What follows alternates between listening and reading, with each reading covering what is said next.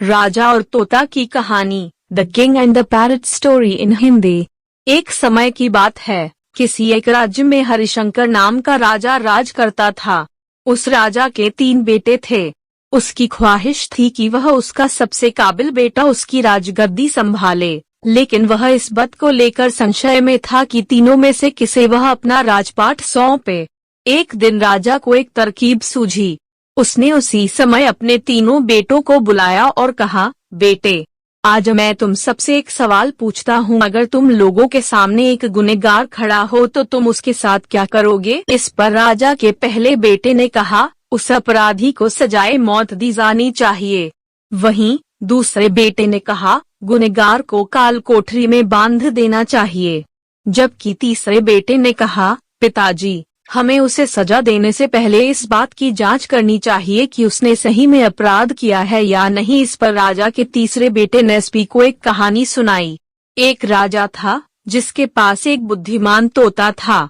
एक बार उस तोता ने महाराज से कहा, मुझे अपने माता और पिताजी के पास जाना है। राजा ने उसकी बात नहीं मानी, लेकिन तोता ने हार नहीं मानी। वह लगातार महाराज से जिद करने लगा कि मुझे माता पिता के पास जाने दें। अंत में राजा ने तोता की बात मान ली और कहा, ठीक है, तुम अपने माता पिता से मिलकर आओ, लेकिन वहाँ ज्यादा दिन नहीं रुकना। राजा ने तोता को केवल 5 दिन की अनुमति दी और कहा, तुम 5 दिन में अपने परिवार वालों से मिलकर लौट आना। इसके बाद तोता 5 दिन के लिए अपने माता पिता के पास चला गया। छठे दिन जब वह राजा के पास लौट रहा था तो उसने सोचा कि क्यों न वह महाराज के लिए कुछ उपहार ले लिया जाए। फिर वह पर्वत की ओर निकल पड़ा। दरअसल वह महाराज के लिए अमृत फल लेना चाहता था। वहां पहुंचते पहुंचते रात हो गई। तोता ने पर्वत पर पहुंचकर फल तो ले लिया, लेकिन रात हो जाने के कारण वह आगे नहीं बढ़ा और वहीं रुक गया। उस रात जब तोता सो रहा था तभी एक सांप वहां आया और उसने राजा के लिए गए अमृत फल को खाने लगा। सांप ने फल को खाया, इस कारण उस फल में जहर फैल गया था। हालांकि तोते को इस बात की भनक तक नहीं थी। अगली सुबह जब वह जगा तो फल लेकर महल की ओर चल पड़ा। जब वह महल पहुंचा तो खुशी खुशी सीधे राजा के पास गया और कहा, महाराज, मैं आपके लिए यह अमृत फल लेकर आया हूँ। आप इसे खाएंगे तो सदा के लिए अमर हो जाएंगे। यह सुनकर राजा काफी प्रसन्न हुए। उन्होंने तुरंत उस अमृत फल को खाने के लिए मांगा। इस पर एक मंत्री ने कहा, जरा रुकिए महाराज, आप इस फल को बिना जांच किए कैसे खा सकते हैं? एक बार यह देख तो लीजिए कि तोता द्वारा लाया गया यह अमृत फल सही है या नहीं। राजा उस मंत्री की बात से सहमत हुआ और कहा कि तुरंत इस फल को एक कुत्ते को खिलाया जाए। राजा का आदेश पाकर सैनिक ने फल का एक टुकड़ा कुत्ते को खिलाया। फल खाते ही कुत्ते की मौत हो गई।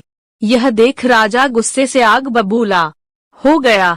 उसने क्रोध में आकर तलवार से तोता के सिर को काट दिया, साथ ही फल को फेंकवा दिया। कुछ साल बाद ठीक उसी स्थान पर एक पौधा निकल आया। यह देख राजा को लगा कि यह उसी जहरीले फल का पौधा है। उसने सभी को आदेश दिया कि उस पेड़ का फल कोई नहीं खाएगा। कुछ दिन बाद एक वृद्ध व्यक्ति उस पेड़ के नीचे आराम करने के लिए रुका। उसे भूख भी काफी जोर से लगी थी।